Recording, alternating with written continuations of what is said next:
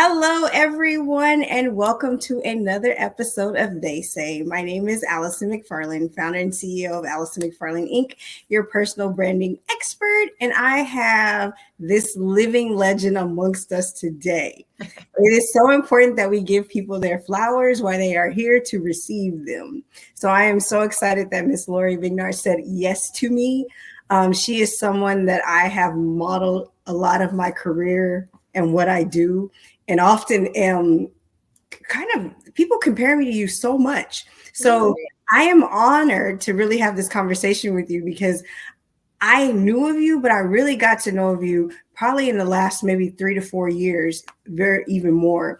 And just the work that you have done, the legacy that you have created, the paths and the doors that you have opened. I'm just honored that you say yes to me. So Laurie, please. And she is the CEO of Liftfund. That's amazing. And that I'm so proud of her. It shows us that nothing is impossible. So just thank you for being here today. Allison, I am so humbled and just grateful for your kind words because I just didn't know. And I appreciate it because I have been so blessed to have been surrounded by people who have inspired me. Yes. And if I can, in the tiniest way, do the same for somebody else, it just warms my heart. And I'm just so grateful to you for even acknowledging that. And I'm just grateful I played a role in a positive way for you. So thank you. I would be remiss if I didn't. That's very important. And that's really what They Say is about. So I was just honored that you said yes. And you are such a trailblazer, a forerunner, that we've got to get into all the dynamic things that make you who you are. So I'm excited to get into that. And why don't we start with just talking about your new role and your vision for Liftfund, because that you are blazing a trail. And I love the fact that the original founder is a female also. So you guys are forerunners. So I just want to hear more about that. Oh, thank you. I do feel incredibly blessed and honored to have been selected to step in the shoes of the founder of this organization. As you know, Janie Barrera, another woman of color, started this organization 30 years ago with a very, very small contribution for some of the local banks here in San Antonio. And with $150,000, she began lending money to small entrepreneurs and began building this platform that is now throughout the entire state of Texas. And every major city in Texas, we have a presence. But more importantly, we're in 15 states. Wow. So that $150,000 investment 30 years ago have grown us into this multi-million-dollar organization serving small businesses, where we have people on the ground in Louisiana, in New Orleans, in Atlanta, in Miami. Wow. And I'm hoping that we can take it even further. I think that was one of the reasons why they hired me, was to take it to the Liftfund 2.0, the next phase. And I am honored and grateful that both Janie and the board saw me as that a good fit to do that. And that's what excites me the most. It's about how do we continue to serve? Yes. But, with the resources and the commitment and the support, how much more we can do. Because, in our lane, when you're working with small businesses and communities that have often been dismissed or disenfranchised or has never really had the resources available to obtain, you have an organization like Liftfund, who is a nonprofit CDFI, and others who are doing this work, but often we're missed because people don't even know we're on the ground. And I love that. And I think the intentionality of Liftfund, I have some great friends that are there. And Linda Toyota is like the beast. She's another one that I need on here. Dynamo, yeah. She's another one I need on here. Because you guys have such a great impact in the community. She makes sure Liftfund is everywhere. Mm-hmm. And I think that is so intentional because people want to do business with people they know, like, and trust, and are in the community, are grassrooting in the community, are really implanted in the community. And I definitely feel like Liftfund has been that strategic partner as long as I've been in banking. Oh, thank you. Thank you. That's good to know. Yes, it is. So you kind of talked about mentorship and Jana, and I want to talk about more of your mentorship and your leadership because you are a powerhouse. And so I want to hear more about that because you ran banks, you've ran many things. So tell us about Yeah. your leadership. You know, there are three Black men that I often attribute um, have played a really big role in helping define and open doors from what I'm doing today. And I Wow. always start with Alden McDonald, who's the president and CEO of Liberty Bank Okay. in New Orleans, who gave me my first job. Wow. So working for him initially as his assistant, Oh, wow. and having him make the investment in me to expose me to all of the other areas within the bank, and offering me an opportunity to really learn mortgage lending, which I knew nothing about at the time.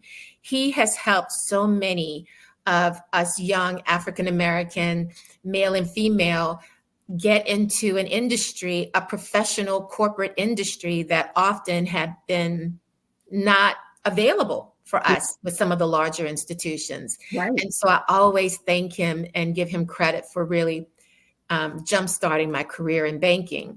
And then there's Willie Spears. Okay. And Willie Spears was the top executive at Hibernia National Bank Oh, wow. Okay. at the time. And he recruited me from Liberty to come on board and run their affordable housing division, again, creating an opportunity to expose me Right. to a larger platform with one of the largest financial institutions in the state of Louisiana at the time.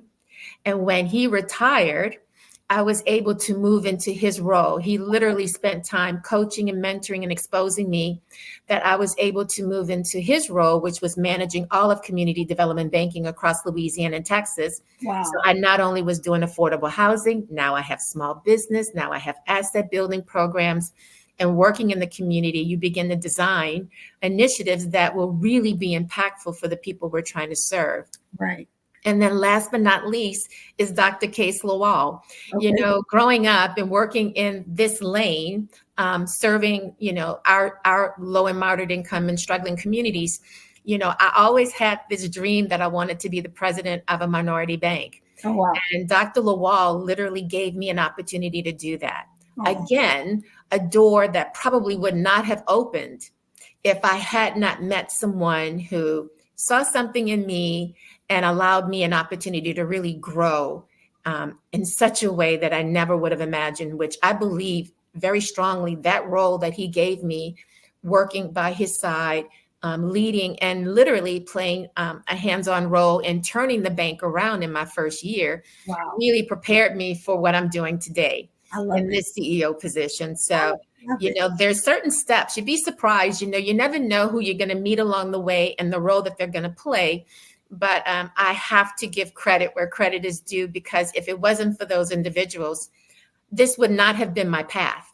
I'm That's not sure what it would have been, but, I know that that's how I got here. Yeah. That's awesome, and that's phenomenal. And Dr. Lawal, I want to acknowledge his beautiful daughter, who is a good friend. Yes, Cherie. She Yes. is forging her own path and a great force. I love her, and I love the work that she's doing. So I definitely want to say, we see you, girl. Yes, we do. Very proud. Very Yes, proud. extremely proud of her. So you have, I think it's kind of funny how bankers end up in banking and CEOs end up in CEO roles because your background, especially your education, is so non-traditional, like Yeah, it is. sociology and social welfare. And then you got this huge career in financial services. So how do you think that shaped you? Because I appreciate it not being so traditional. It's interesting because I didn't see myself in banking. I was supposed to, I liked sociology and social welfare. And I had a desire to want to work with juvenile delinquents. I had done some internships with the Department of Health and Human Services in New Orleans and figured I would go to law school and that would be my path, because I've always wanted to serve in some way and hopefully be a productive citizen, attributing to the community in some way. But as life would happen, I got a divorce. I got married, moved away, didn't get to law school, came back to New Orleans, got a divorce, got two kids, need a job. Yeah. And so, although I worked for Alden, right after college, when I divorced, I Mhm. needed a job. Right. And he opened the door for me to come back, which Aw. jump started the career that I have. And the beauty of it is that I was still doing something that was very productive in serving. I Mhm. was working with first time home buyers and those that were never thought they would have the dream to purchase a home. And as you might imagine, going through a divorce with two very young children, finances was a struggle for me too. So Mhm. being in an environment where I'm surrounded by resources that can help me budget and plan. Um, I bought my first house on my own because of the foundation and the education I was able to get from Liberty Bank. Yep. And having that banking relationship and then developing relationships with the scores and other nonprofits that are providing educational resources. And I'm sitting in the classes and I'm learning as I'm advancing my career, which I try to always give back what Yeah. I've learned and share experiences, because why should you go down that path if I can show you a shortcut, if I can put you in touch with the resources that have been beneficial for me?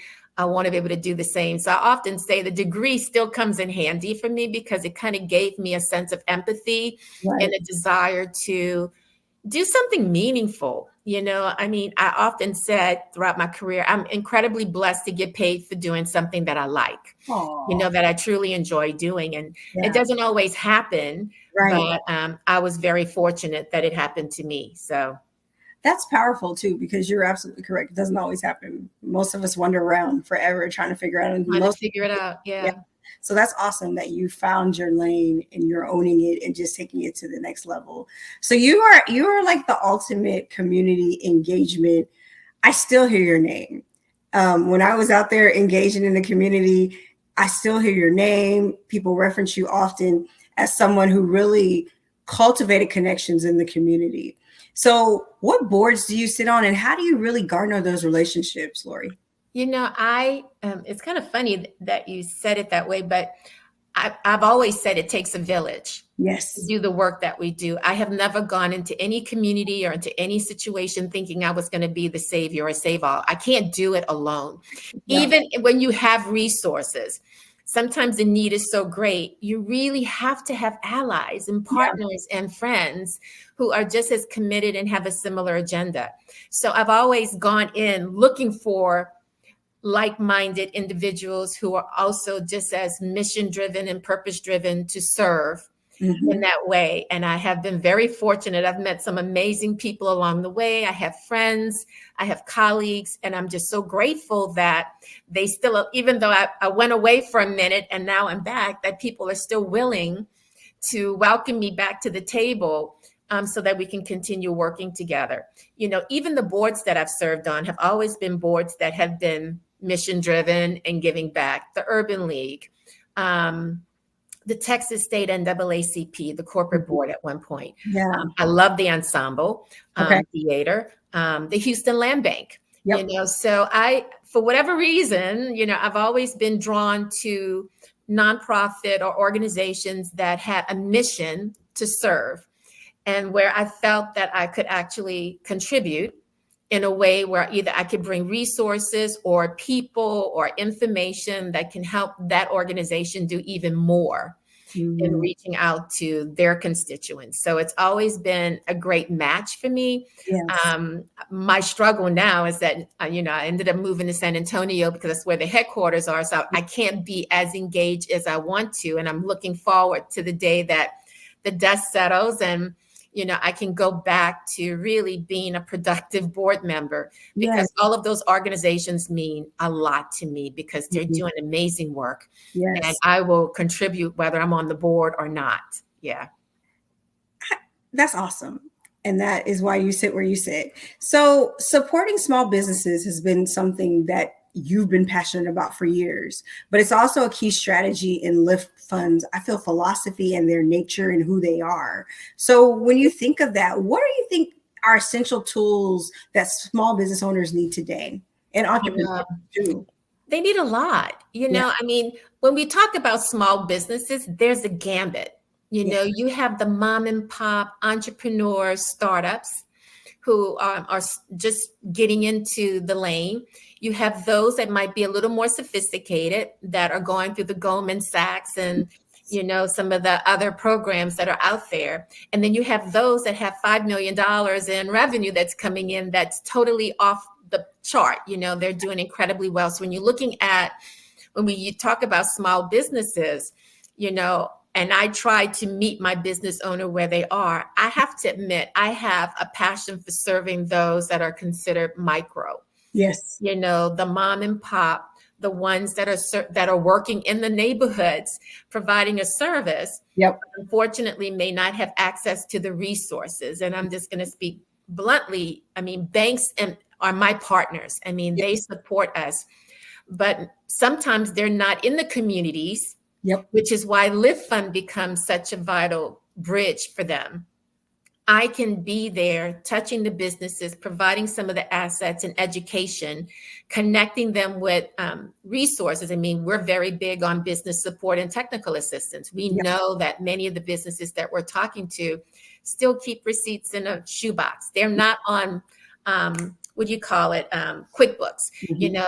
Sometimes they can afford it, sometimes they can't. Some of them have their business and personal commingled. Some of them are not really showing all of their income on their tax returns. So there's a lot of work that needs to be done to prepare them for the bank environment, which is where we want to graduate them.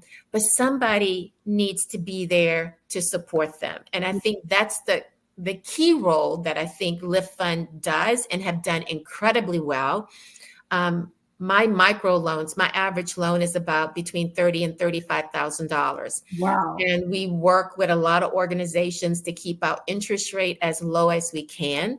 Yes. I'm so proud to talk about initiatives that we have here in San Antonio and in El Paso and Laredo, where the government has given us money to buy down interest rates to 0%. Wow. Can you imagine how beneficial that is for a small business owner when they can actually borrow what they need and not what they can get based on the interest rate and the debt service? Right. So we're advocating for our businesses. We're supporting them through our business support, and we're lending them the money because I can make concessions on how I underwrite my loan that banks and others cannot.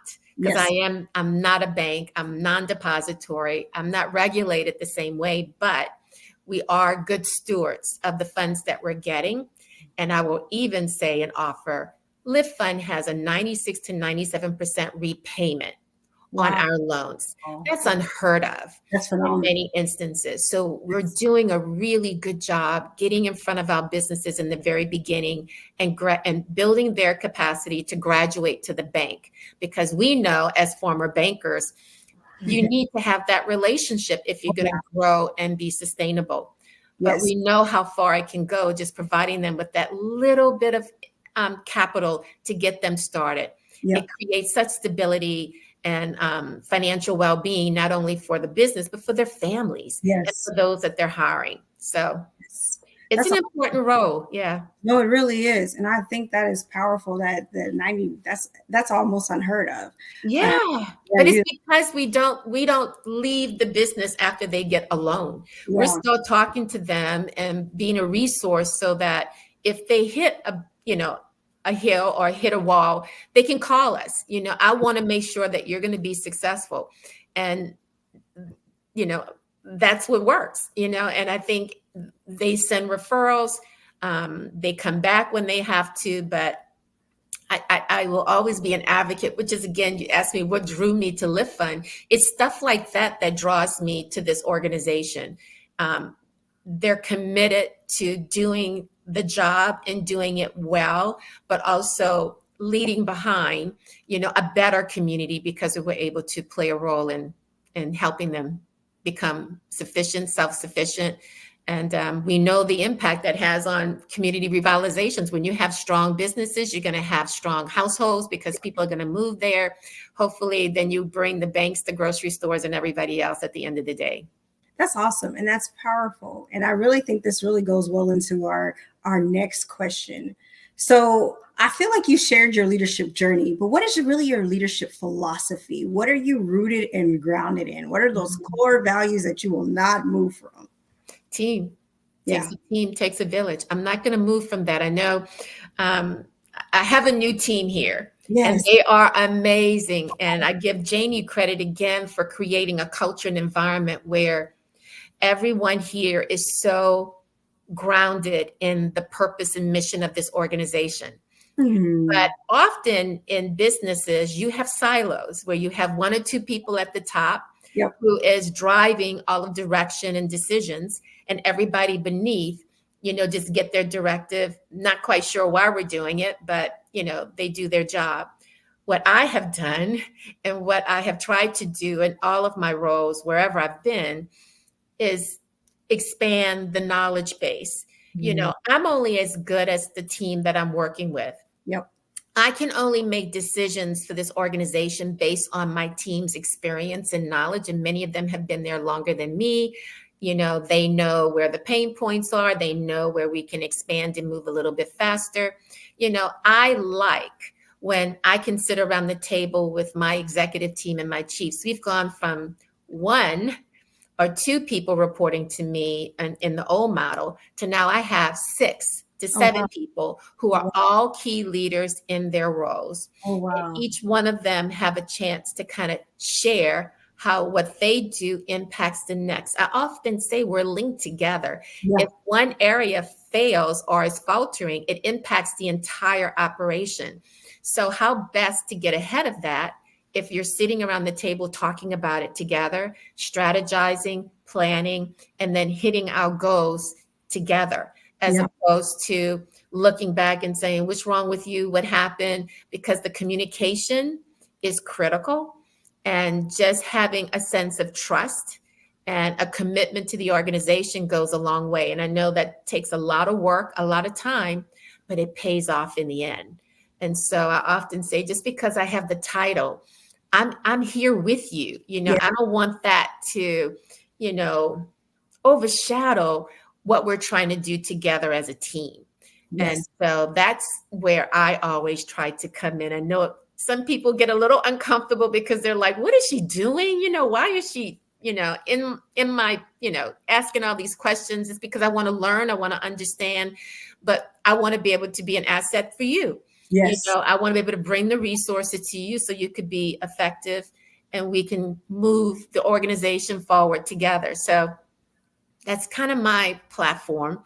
And, at my age, I'm too old to change it. And honestly, I really do think that if more of us did that, Yeah. the more effective we can be, maybe a little bit sooner than Yeah. later. You No, know, I yeah. agree 100%. I agree 100%. I went to a leadership conference in Dallas a couple months ago.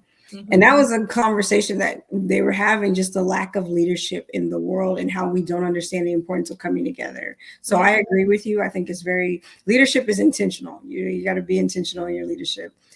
So you're leading the way. So as we kind of come down to our last few questions, I really want to talk about your personal journey, because you've had some really rewarding seasons and some rewarding career path and journey.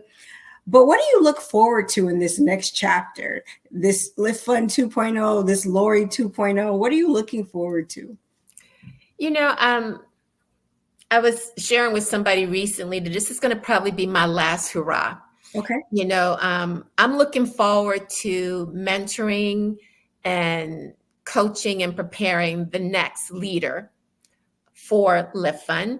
I often laugh. I don't think I'm going to make 30 years. I'll be 100 or so by that time. But, you know, um, I'm looking forward to just sharing what worked for me, what didn't work for me with others, and also learning Yeah. from your generation. You guys are brilliant. You have so much energy and knowledge. And I was laughing, just trying to get onto your podcast. The technology is amazing. You guys do this all the time. I'm still Yeah. catching up.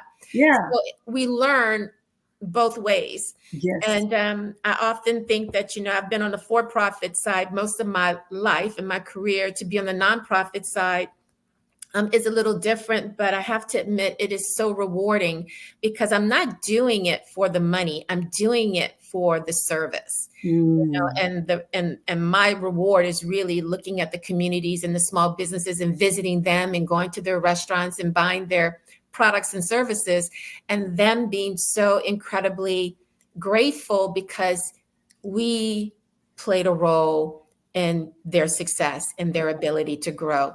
And so, I feel like, this is my reward. Okay. All of the years of working really hard and meeting some incredible people along the way. And heaven knows I've had some amazing moments in time.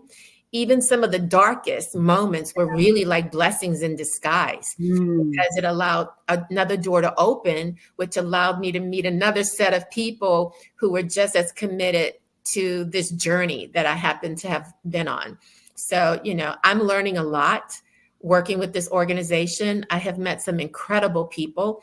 I think this platform allows me to expose the organization to a much broader scale. I mean, in Texas, Dallas and Houston are very large markets that I am really focused on bringing Liftfund to the fold and leading in those markets so that we can provide our resources in a much more deliberate and strategic way, but making sure people know that we're there.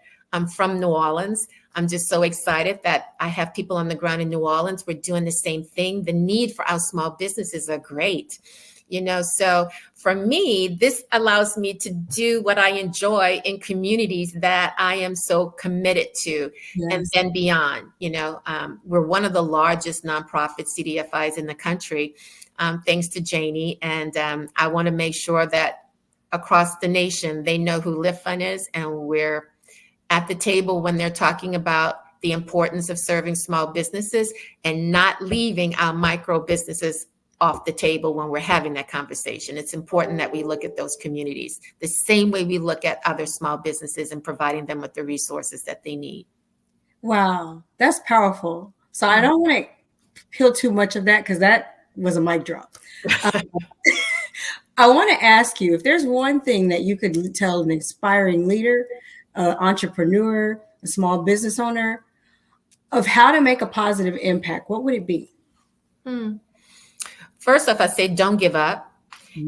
Often we get discouraged because sometimes it gets a little tough and you're wondering why. I often say it's an opportunity to learn. It's maybe another door. You need to make a pivot and go another way. I just think that, anything you want to do is available to you. Yeah. All you have to do is just look around.